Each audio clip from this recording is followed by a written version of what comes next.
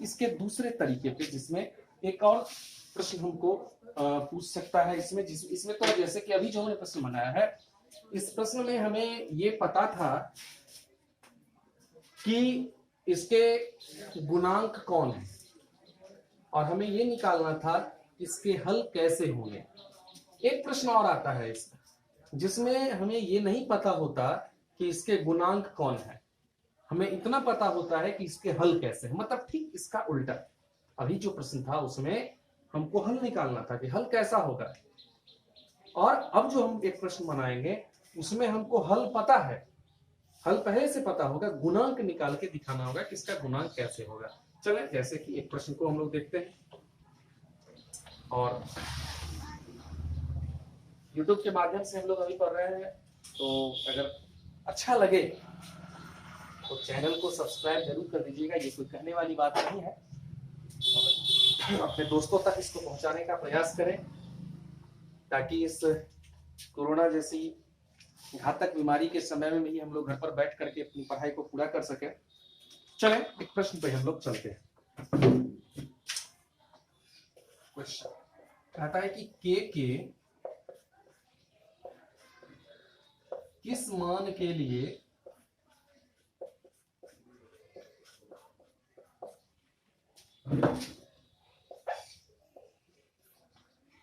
समीकरण निकाय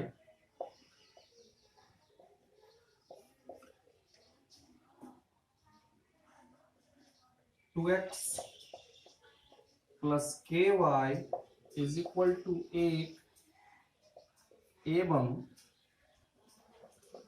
3x minus 5y बराबर 7 के हल। पहला नंबर प्रश्न है कि हल अद्वितीय हो, अद्वितीय हो, और दूसरा शर्त है कि कोई हल नहीं हो।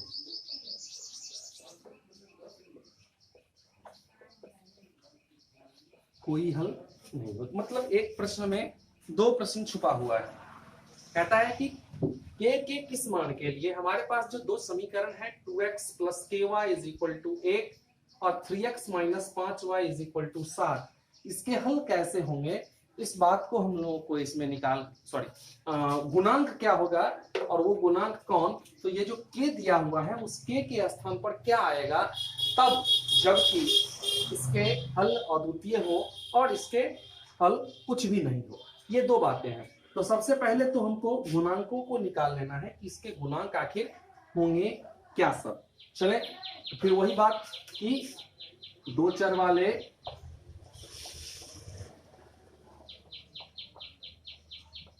रैखिक समीकरण के मानक रूप से तुलना करने पर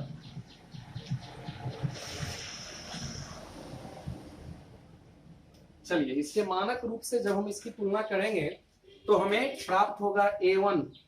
पहले समीकरण में देखिए 2 है, पहले समीकरण में x का गुणांक 2 है, a1 हो गया 2। b1 पहले समीकरण में y का गुणांक है k, तो b1 के जगह पर हो गया k। c1 अचर पद है पहले समीकरण में 1, तो c1 हो गया 1। इसी तरह से a2 तो पहले समीकरण में x का गुणांक है 3, तो a2 के जगह पर 3।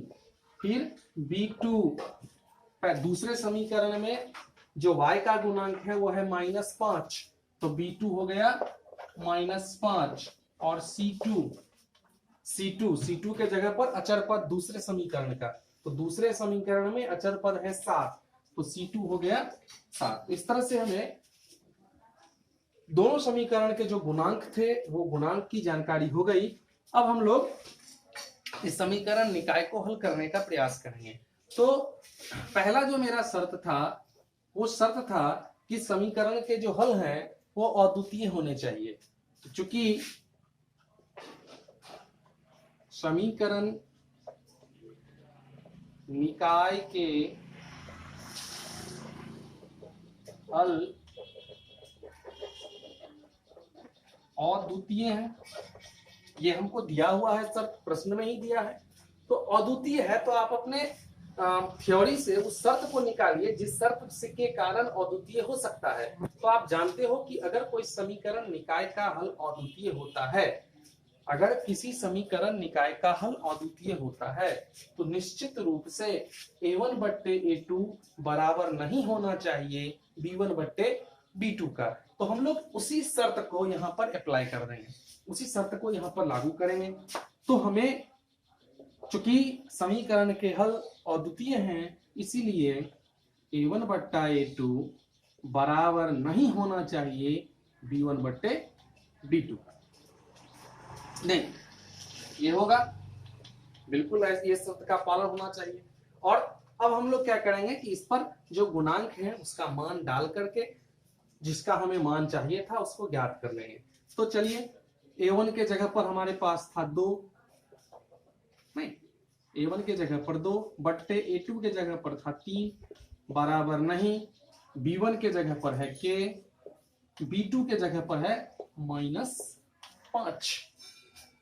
अब हम क्या करेंगे, तो जो क्रॉस मल्टीप्लिकेशन विधि होती है उस विधि से k का मान हम लोग प्राप्त करेंगे। तो जब हम क्रॉस मल्टीप्लिकेशन करेंगे तो 2 का मल्टीप्लाई -5 के साथ होगा, ये हो जाएगा 2 इंटू -5, बीच में बराबर नहीं का चिन्ह था तो बराबर नहीं का चिन्ह रहेगा ही रहेगा।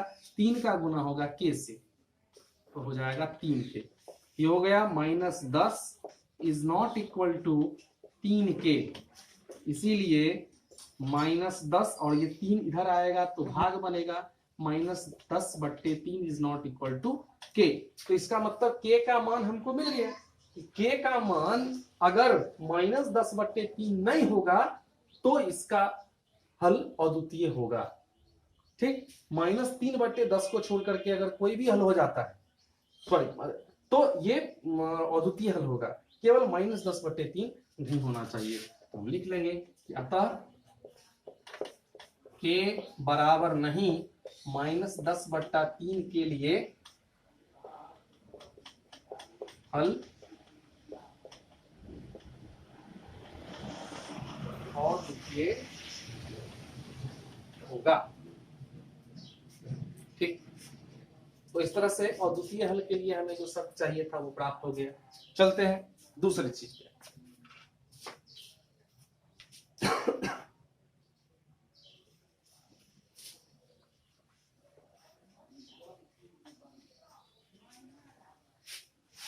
गुणांक तो हमको पहले से ही मिला हुआ है। दूसरा जो मेरा प्रश्न था वो कहता है कि कोई हल नहीं हो, जब कोई हल नहीं हो तो लिख लेंगे कि चूंकि समीकरण निकाय के कोई हल नहीं है, समीकरण निकाय के कोई हल नहीं है। अब देखिए कोई हल नहीं होने के शर्त क्या थे, तो कोई हल नहीं होने के शर्त क्या है, तो ये है a1 बट्टे a2 is equal to b1 बट्टे b2 is not equal to c1 बट्टे c2। ये हो जाएगा a1 बट्टे a2 is equal to b1 बट्टे b2 is not equal to c1 बट्टे c2 होगा।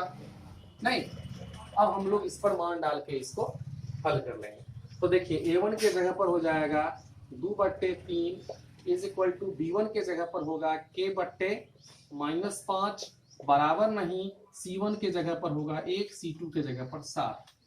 अब थोड़ा सा यहाँ पर हम लोग गौर करेंगे, और इसमें हमारे पास 3 शर्त है, 3 अनुपात है। तो जब आपके पास 3 अनुपात हो तो आपको एक छोटा सा ट्रिक अपनाना है कि जिस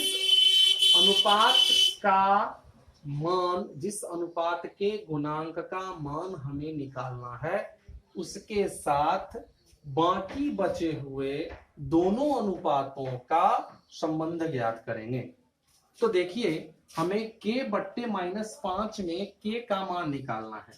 k बट्टे -5 का संबंध 2 बट्टे 3 के साथ है, कैसा, तो बराबर का, और k बट्टे -5 का संबंध 1 बट्टे 7 के साथ है, बराबर नहीं का। तो हम इन दोनों शर्तों को डिफाइन करेंगे, दोनों शर्तों को निकालेंगे। तो लिख लेंगे कि अतः 2/3 बराबर k/-5, या एक तो ये शर्त हो सकता है, या दूसरा शर्त क्या हो सकता है, तो इस दोनों का संबंध, पहले और दूसरे और तीसरे पद का संबंध, ये हो जाएगा k/-5 is not equal to 1/7। ये दोनों शर्त मेरे पास हैं। चलिए अब इसको हल कर लेते हैं, वही क्रॉस मल्टीप्लीकेशन से। ये हो जाएगा -5 दूनी 10 इज इक्वल टू 3 को k से करेंगे 3k, या इसको करेंगे तो k को 7 से करेंगे तो 7k बराबर नहीं, -5 को 1 से करेंगे तो -5। यहां से हो जाएगा -10/3 इज इक्वल टू का चिन्ह था k, या यहां से हो जाएगा k बराबर नहीं -5/7। तो देखिए इस तरह से हमें दो हल यहाँ पर प्राप्त हो रहे हैं। इसका मतलब ये है यदि k का मान -10/3 हो जाता है तब भी इस समीकरण निकाय का कोई हल नहीं होगा, और यदि k का मान -5/7 को छोड़ करके कुछ भी हो जाता है तो ही इसका कोई हल नहीं होगा। ये दोनों शर्त जो है इसके लिए है। हम लोग कह सकते हैं कि अब आपके किताब के आंसर में दोनों में से या तो पहला दे देगा या दूसरा दे देगा या दोनों दे सकता है। ये अपने अपने किताब का अपना अपना स्टाइल है कि वो दोनों को फॉलो कर रहा है कि किसी एक को फॉलो कर रहा है। तो हम लोग लिख सकते हैं कि अतः इसलिए k बराबर -10/3 या k बराबर नॉट -5/7 के लिए निकाय के कोई हल नहीं है, कोई हल नहीं। ठीक, वैसे k बराबर -10/3 अधिकांश किताब में आपको मिलेगा, क्योंकि k बराबर -10/3 होने पर ही इसका हल नहीं होता है, एक शर्त ये है। और यहाँ k बराबर नॉट -5/7 में -5/7 को छोड़ करके और बहुत सारे मान हो सकते हैं, इसलिए उसका प्रयोग बहुत कम हम लोगों को देखने को मिलता है। तो इस तरह से हम लोग इन शर्त पर आधारित प्रश्नों को हल कर सकते हैं। हल के समीकरण निकाय के हल होने की जो शर्तें हैं, उन शर्त के आधार पर जो भी प्रश्न बनने वाले हैं उसको हम लोग इस विधि से बना सकते हैं। दो ही प्रकार के प्रश्न आते हैं, और निश्चित रूप से आपके ऑब्जेक्टिव में एक प्रश्न इसका रहता ही रहता है, और सब्जेक्टिव में भी 2 नंबर में प्रश्न आने की संभावना ज्यादा रहती है। इस बार चूंकि विद्यालय आपके बहुत लंबे समय तक बंद हो रहे हैं, कोचिंग भी बहुत लंबे समय तक बंद हो रहा है, तो निश्चित रूप से आपकी पढ़ाई बाधित होगी निश्चित रूप से। और एग्जाम जो है वो अपने नियत समय पर अगर सब कुछ सही रहा तो अगले वर्ष होगा। तो 2 ऑप्शन है कि या तो सारी छुट्टियों को काट करके इस कमी की भरपाई की जाए, या दूसरा ये भी हो सकता है कि आपके सिलेबस को छोटा कर दे गवर्नमेंट। लेकिन वो क्या होगा वो तो भविष्य की बात है। स्कूल अगर मान लीजिए खुल भी जाती है कोरोना के बाद, तो आपको पता होगा कि कोरोना से पहले से ही शिक्षक हड़ताल पर है, तो निश्चित रूप से वो हड़ताल आपको और अधिक बाधित करेगा आपकी पढ़ाई को।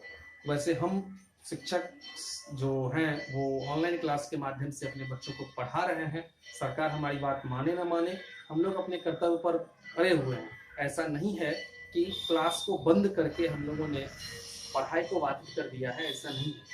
ये बाधित करने का काम सरकार ने किया है, और वो जानबूझ करके हम लोगों के साथ टाल मटोल कर रहे हैं, और बहुत बड़ी बातें हैं, वो आप बच्चे हैं, आप नहीं समझेंगे। लेकिन इतना जरूर समझ लीजिए कि हम लोग आपके पक्ष में हैं, आपकी पढ़ाई को कभी खराब नहीं होने देंगे। हम लोग दिन रात मेहनत करके आपके सिलेबस को पूरा करेंगे।